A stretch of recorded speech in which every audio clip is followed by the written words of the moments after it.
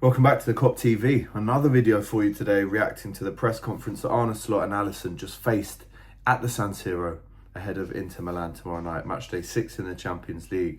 As you know, of course, the first question was about Mo Salah. That led through for a full 10 minutes in this press conference before they spoke about the game, which we'll get onto, including Cody Gakpo injured for a few weeks and Federico Chiesa ill. Looks like he's got a case of the shit, so I'm going to be honest with you, which is very bad timing. However, the main crux of this press conference was about Mohamed Salah. And if I'm honest, 8.5 out of 10 for the way that Arne Slot dealt with the questions. He navigated a bit of a tricky road there. He almost preempted what the questions were going to be about him and his relationship now with Mohamed Salah.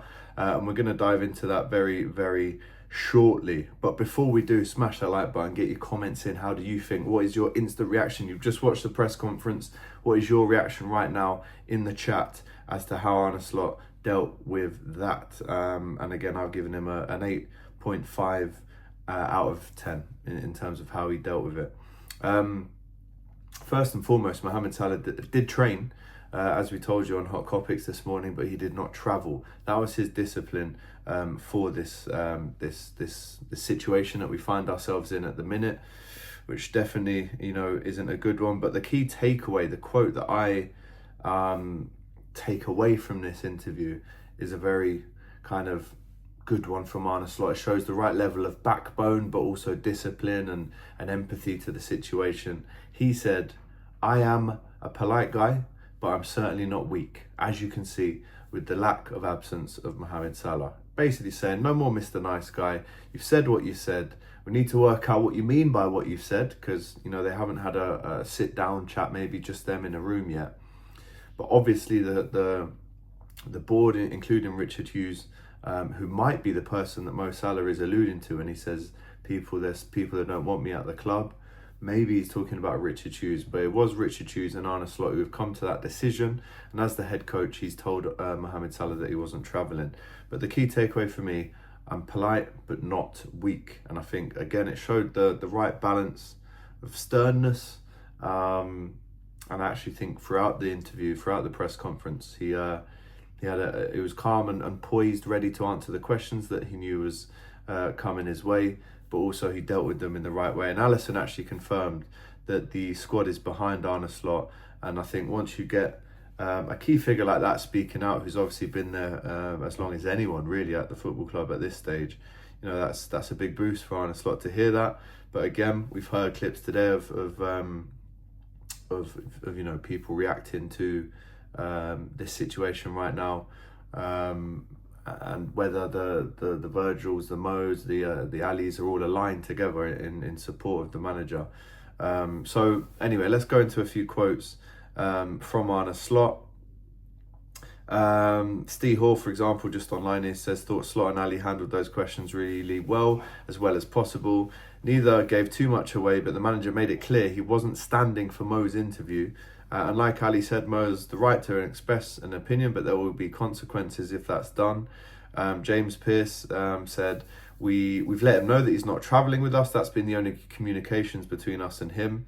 On saying that Salah's relationship with himself has broken down, he said, "I haven't felt that at all. He was very respectful to teammates and staff members. It was a surprise when I heard his comments." And on the Brighton game, he says, "After tomorrow, we will look at the situation again." He almost reminded the media, we are sitting in the San Siro, about to play a team who have only lost 1 in 18 at home in the Champions League, a team that have won the Champions League 3 times, a team that, are only a point behind Napoli at the top.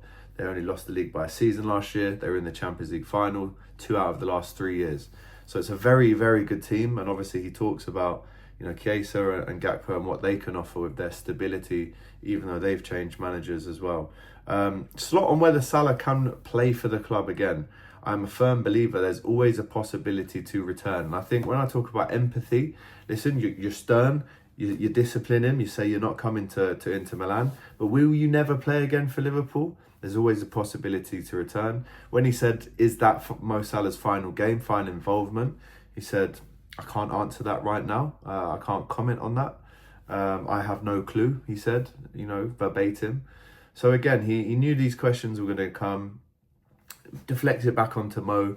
he doesn't understand who he means when he says they throw me under a bus or someone at the club doesn't want me there anymore. He's almost just said, look, ask Mo about that. That's what Mo said. I can only try and understand what he says. I don't actually know who he's talking about. So to me, it does seem like there is definitely a chat to be had. We know that Mo Salah was at the training ground yesterday. We know that Arne got into the training ground about 8:20 this morning. Salah turned up for training around 10:30 to do his work before they went out. And that was the location in which Arne let Mo Salah know that he wouldn't be travelling tonight. How does this impact internally the squad? How do the club make it look like externally everything is under control, even when maybe within the change room there might be some fractures already here? How does this impact Mohamed Salah's legacy? Mo Salah would have been watching that press conference. What did he think of it? Does he still think that he's right? Does he feel regretful? Does he feel, apologetic? Does he feel firm on what he believes and what he said on Saturday night? These are all questions, again, like Arne said, that only Mo can answer. But in my opinion, Arne did really well in that press conference. And I think, there's clearly a lot to be spoken about. But he did say, I don't feel my authority has been undermined by Salah. It's not about me. It's about being more difficult for the team, which I agree it has been, and for the club. The team and the club and the fans are all in this circus right now. Being a Liverpool fan, if it's not the bad results, it's the bad stuff that's going on off the pitch. It turns into a bit of a circus. But he says, it's not about me. It's about it now being more difficult for the team and the club. It's difficult to see staff members who work hard on a daily basis being affected by it, and it's mainly the results on the pitch. But off the pitch, a lot has happened with Liverpool as well. Alisson, do I back Arne? Of course, yes. The Premier League title last season. Looks like everyone takes for granted what we achieved last season. That should be enough, but we believe in his knowledge and his style of playing. Alisson gets behind him and backs him. I don't think Mo Salah wanted to disrespect anyone. He just had the freedom to talk about how he feels about his own situation. I really hope that Liverpool play him again. I hope he plays for Liverpool again. But that's between Mo and the club and not me. I'm a firm believer there's always a return from a player. Another key takeaway, as well as the one that's like, I'm a polite man, but I'm not weak. I think the main takeaways are Alisson saying, do I back him? Yes, of course. People have forgot that we won the Prem last year, mate. There is always a return for a player in Mo. But he also says, I have no clue if he's played his last game. Cannot answer this question at this moment in time. And he says he has every right to feel what he feels, but if he has the right to share it with the media, then we have to react for it. If you want to go out there and say this and this and this, let's not beat around the bush. Mo Salah dropped about 5 or 6 things in there that you go, whoa. He was emptying out that clip. So if you do that, you're going to get punished, and we have to, as a club, react to it. The reaction is clear. He's out today. So they're the main takeaways, right? That's not the way he feels that the relationship has broken down. There is still a bigger chat to be had there with Mohamed Salah. But right now, as we know, playing to Milan, who've got stability in their kind of core. Players in Bastoni and Barella and Lautaro Martinez, all these guys are scoring. Chanaloglu, they're all scoring. This is going to be a very difficult game for Liverpool tomorrow. We've done the preview earlier on with Dawes, so go back and watch that. The other main news, Cody Gakpo is out for a few weeks. Yet to kind of understand what that injury is, but great news maybe for Federico Chiesa to step in, for Rio to get more minutes as well. We know Chiesa definitely won't be involved in this game if he's got the runs, which is what Arne definitely alluded to.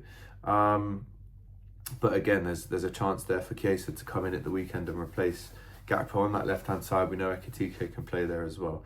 So a lot of things to think about, including Liverpool drawing Barnsley on Saturday the 10th of January in the FA Cup third round. Spurs got Villa. There was a few other big ones, Man United, Brighton. But I'm happy with that, obviously. I think John Parkin from Under the Cosh will be looking to get his tickets for that as soon as possible. Big Barnsley fan. And I don't think we've played them since Michael Owen scored against them in the late 90s. I might have got that wrong, but long time it's been. But yeah, listen, at home, third round, you can't complain. At home to Barnsley, you've got to go and win that game. January the 10th. But before all that, we play into Milan. Very difficult game. How do you think Arne has dealt with that press conference? How do the club now navigate forward in this relationship between Arne, Mo Salah, Richard Hughes? How does it look externally compared to internally? How do they manage that? There's no leaks. There's no players kind of jumping on the bandwagon. You've just seen Alisson, one of the senior members in the team, say we back him. So as things stand, everything back to normal. We go to this game tomorrow without Mo Salah, Chiesa and Gakpo. We try and win it. And then who knows, we all lock into that Brighton press conference on Thursday. And we see what Arne Slot says then. But until then, let me know what you think down below. Don't forget, Box Park Liverpool tomorrow night to watch the game. We've got fan cams after that. Match preview coming up. Fan cams after the Brighton game. Still the only Liverpool channel out there, guys, that does the fan cams outside Anfield every single week at home without fail. So show us some love in the chat. Like the video, get your comments in. What did you think? Subscribe to the channel. Arne Slot, out of 10, what would you rate him? I'm giving him an 8.5. Let me know what you think. Take care.